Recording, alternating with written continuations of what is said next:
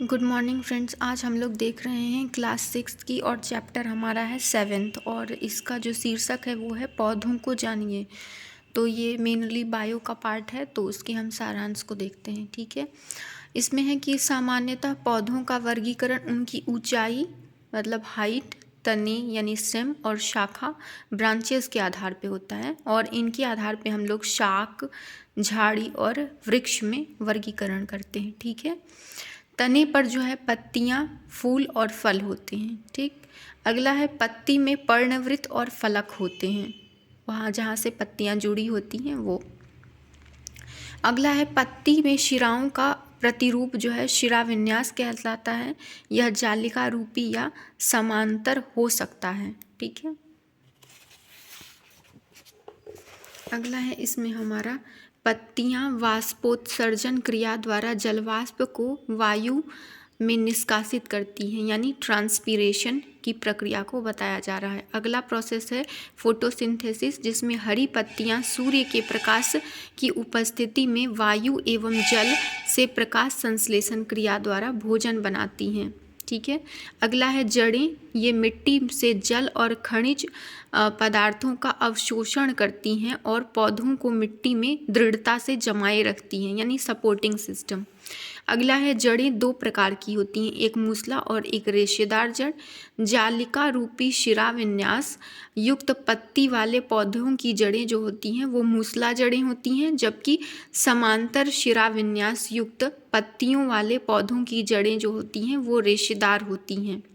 तने द्वारा जड़ों से पत्तियां और दूसरे भाग तक जल और पत्तियों से भोजन और पौधों के अन्य भाग तक पहुंचाता है। ठीक है, अगला है पुष्प के जो विभिन्न भाग होते हैं वो बाह्यदल, पंखुड़ी, पुंकेसर और स्त्रीकेसर होते हैं। ठीक है, तो उसको हम लोग देख ले रहे हैं। इसमें है शाख, जैसे कि हम लोग ने देखा था हाइट के आधार पे, उनकी ब्रांचेस के आधार पर हम लोग शाख, झाड़ी और वृक्ष को डिवाइड करते हैं। तो शाख जो होते हैं वो हरे और कोमल तने वाले पौधे होते हैं। और अगला है हमारा झाड़ी। झाड़ी जो होती हैं शाखाएं यहाँ तने के आधार के पास से निकलती हैं, जहाँ पर तना कठोर होता है लेकिन बहुत अधिक मोटा नहीं होता है। लेकिन वृक्ष में क्या होता है, ये बहुत ऊंचे होते हैं और इनके तने गहरे और सुदृढ़ मतलब बहुत वो फर्म होते हैं। ठीक है, और शाखाएं जो होती है वो भूमि से अधिक ऊंची होती है और तने के ऊपरी भाग से निकलती है। अगला हमारा है विसर्पी लता। ये लता के प्रकार हैं दो, एक विसर्पी लता, एक आरोही लता। तो विसर्पी लता क्या होता है कि कमजोर तने वाले पौधे जो सीधे खड़े नहीं हो पाते हैं तो वो भूमि पर फैले रहते हैं, तो जिसे हम लोग विसर्पी कहते हैं। ठीक है, अगला है आरोही। आरोही का अर्थ है ऊपर उठ रहा है, तो ये किसी पौधे की सहायता से ऊपर चढ़ जाते हैं।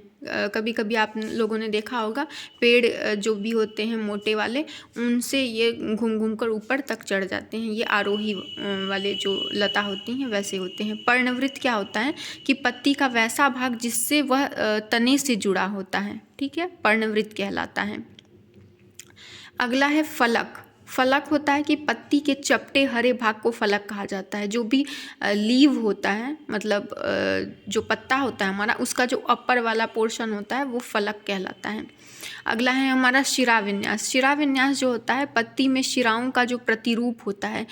जब हम पत्ती जब सूख जाती है तो उसमें वो जो लाइनिंग्स दिखाई देती है वही उसका शिरा होता है। ठीक है, अगला है कि वाष्पोत्सर्जन। ये जल की बूंद जब पत्ती से जल वाष्प के रूप में निकलती है तो उसे हम लोग वाष्पोत्सर्जन कहते हैं। अगला है प्रकाश संश्लेषण। ये पत्ती द्वारा सूर्य की प्रकाश की उपस्थिति में वायु और जल से भोजन बनाती है। अगला हमारा है दो प्रकार के, यहाँ जड़ की बात की गई है, मूसला जड़ और रेशेदार जड़।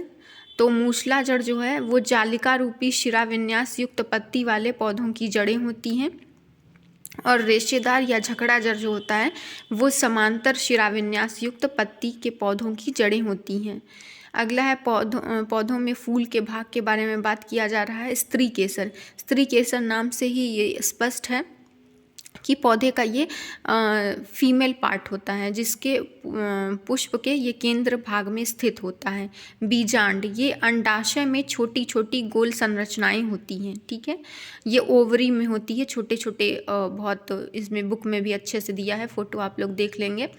अगला है कि हमारा पुंकेसर, ये जो होता है इसको स्टैमेन बोलते हैं।